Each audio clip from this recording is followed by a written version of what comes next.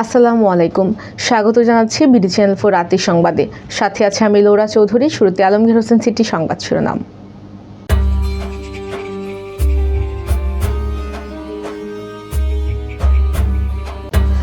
এবার ঈদে টাকার নতুন নোট ছাড়বে না বাংলাদেশ ব্যাংক। সৌদিতে মিসাইল হামলায় নিহত কটিয়াদীর বাচ্চুর বাড়িতে শোকের মাতম।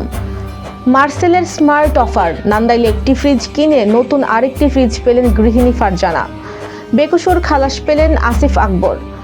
মার্কিন নিষেধাজ্ঞা ভেঙে 3 দফা ইরান থেকে গোপনে জেট জ্বালানি আমদানি করেছে মিয়ানমার। এএফসি নারী এশিয়ান কাপ 3 পরিবর্তন নিয়ে নামছে বাংলাদেশ। শুনছিলেন আলমগীর হোসেন সিটি সংবাদ শিরোনাম। এবার সিটিলে বিস্তারিত।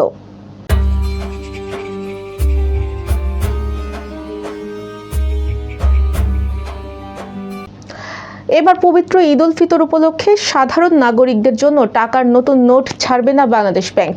তবে বাংলাদেশ ব্যাংক নিজেদের কর্মচারীদের জন্য নতুন টাকার নোটের ব্যবস্থা করেছে। এ বিষয়ে বাংলাদেশ ব্যাংক এক অভ্যন্তরীণ আদেশও জারি করেছে। গতকাল রোববার থেকে কর্মচারীরা নতুন নোট পেতে শুরু করেছেন। প্রতি বছর ঈদের সময় নতুন টাকার নোটের বেশ চাহিদা থাকে। ঈদ সালামি হিসেবে নতুন নোট দিয়ে থাকেন। রাজধানীর মতিঝিলে বাংলাদেশ ব্যাংকের সামনে গুলিস্তান সহ বিভিন্ন স্থানে নতুন নোট ও ছেঁড়া টাকার বেচাকেনার অস্থায়ী দোকান আছে। মূলত ফুটপাতে এ ব্যবসা বেশি চলে। বাংলাদেশ ব্যাংকের মুখপাত্র আসিফ হোসেন খান গণমাধ্যমকে বলেন, ঈদের আগে নতুন টাকার নোট বাজারে ছাড়া থেকে সরে এসেছে বাংলাদেশ ব্যাংক, তাই এবার নতুন টাকা ছাড়া হবে না। এবার স্যাফরন ডিলাইট স্থানীয় সংবাদ।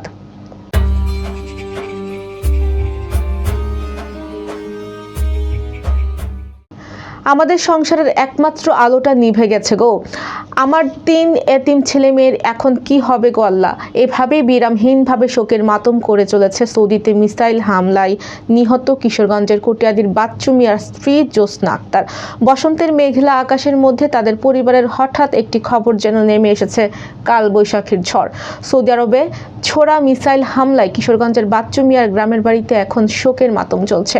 রবিবার সৌদির স্থানীয় সময় ইফতারের আগ মুহূর্তে সৌদি আরবের আল খারিজ শহরে আল মোতাইক বলদিয়া কোম্পানির একটি শ্রমিক ক্যাম্পে মিসাইল বিস্ফোরণে বাচ্চু মিয়া সহ 2 জন বাংলাদেশি নিহত হন। অপরজনের বাড়ি টাঙ্গাইলের ঘাটাইলে। নিহত বাচ্চু মিয়া কটিয়াদী উপজেলার জালালপুর ইউনিয়নের পশ্চিম ফেকামারা গ্রামের মৃত রইসুদ্দিনের মেঝো ছেলে।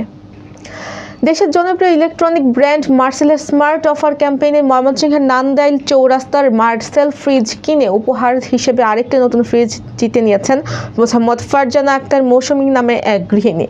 নান্দাইল চৌরাস্তায় আয়োজিত এক বর্ণাঢ্য অনুষ্ঠানের মাধ্যমে তার হাতে এই পুরস্কার তুলে দেওয়া হয়। অনুষ্ঠানে বিশেষ অতিথি হিসেবে উপস্থিত থেকে পুরস্কার হস্তান্তর করেন বর্তমান সময়ের জনপ্রিয় অভিনেতা ইরফান সাজ্জাদ।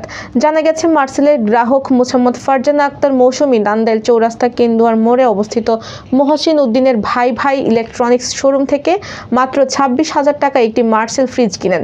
এরপর মার্সেলের চলমান স্মার্ট অফার ক্যাম্পেইনের আওতায় ডিজিটাল রেজিস্ট্রেশন করার পর তিনি 37,000 টাকা মূল্যের 213 লিটারের আরেকটি নতুন ফ্রিজ সম্পূর্ণ বিনামূল্যে উপহার পেয়েছেন। এবার বেলিফুল ক্যাফে অ্যান্ড রেস্টুরেন্ট বিনোদন সংবাদ।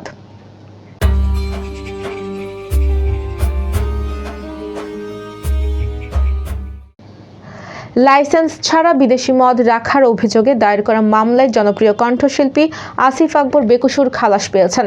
আজ ঢাকার অতিরিক্ত মহানগর দায়রা জজ আদালত 2 এর বিচারক আয়শা আক্তার মৌসুমী যুক্তিতর্ক শুনানি শেষে এ রায় ঘোষণা করেন। সংশ্লিষ্ট আদালত সূত্রে জানা যায়, মামলার রাষ্ট্রপক্ষ অভিযোগ প্রমাণ করতে ব্যর্থ হওয়ায় আসিফ আকবরকে খালাস দেন আদালত। এর আগে মামলায় সাক্ষ্য গ্রহণ শেষে যুক্তিতর্ক উপস্থাপনের জন্য আজকের দিন ধার্য ছিল। মামলায় মোট 3 জন সাক্ষী আদালতে সাক্ষ্য দেন। এবার জীবনদীপ হেলথ সেন্টার আন্তর্জাতিক খবর।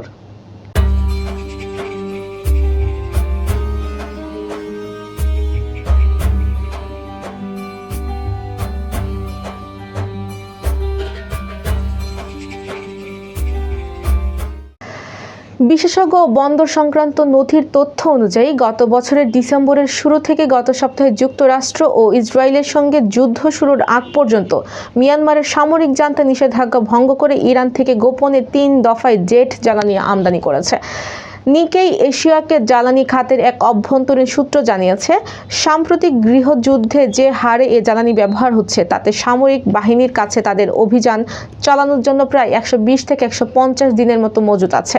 তবে ইরানের যুদ্ধ শুরু হয়ে যাওয়ায় আকাশচুম্বী দামের মধ্যে এখন মিয়ানমারের সামরিক জান্তাকে বিকল্প উৎস খুঁজতে হবে। এবার জাপান এডুকেশনাল বিডি খেলার খবর।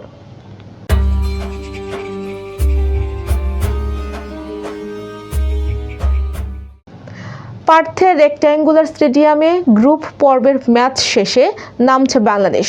এএফসি নারী এশিয়ান কাপে উজবেকিস্তানের বিপক্ষে গুরুত্বপূর্ণ ম্যাচটিতে একাদশে 3 পরিবর্তন এনেছে কোচ পিটার বাটলার।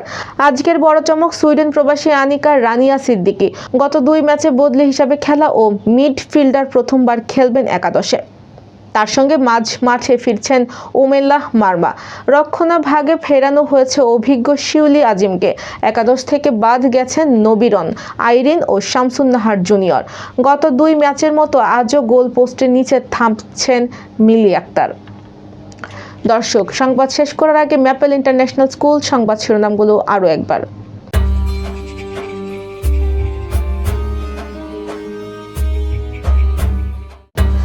এবার ঈদে টাকার নতুন নোট ছাড়বে না বাংলাদেশ ব্যাংক। সৌদিতে মিসাইল হামলায় নিহত কটিয়াদীর বাচ্চুর বাড়িতে শোকের মাতম। মার্সেলের স্মার্ট অফার, নান্দাইলে একটি ফ্রিজ কিনে নতুন আরেকটি ফ্রিজ পেলেন গৃহিণী ফারজানা। বেকসুর খালাস পেলেন আসিফ আকবর। মার্কিন নিষেধাজ্ঞা ভেঙে 3 দফা ইরান থেকে গোপনে জেট জ্বালানি আমদানি করেছে মিয়ানমার। এএফসি নারী এশিয়ান কাপ 3 পরিবর্তন নিয়ে নামছে বাংলাদেশ। প্রিয় দর্শক, এই ছিল বিডি চ্যানেল ফর রাতের সংবাদ। সবাইকে পরবর্তী সংবাদ দেখার আমন্ত্রণ জানিয়ে আজকের মতো এখানেই বিদায় নিচ্ছি। সবাই ভালো থাকবেন, সুস্থ থাকবেন এবং নিত্য নতুন সংবাদ পেতে BD channel for Facebook page ও ইউটিউব চ্যানেল সাথেই থাকুন। আল্লাহ হাফেজ, শুভরাত্রি।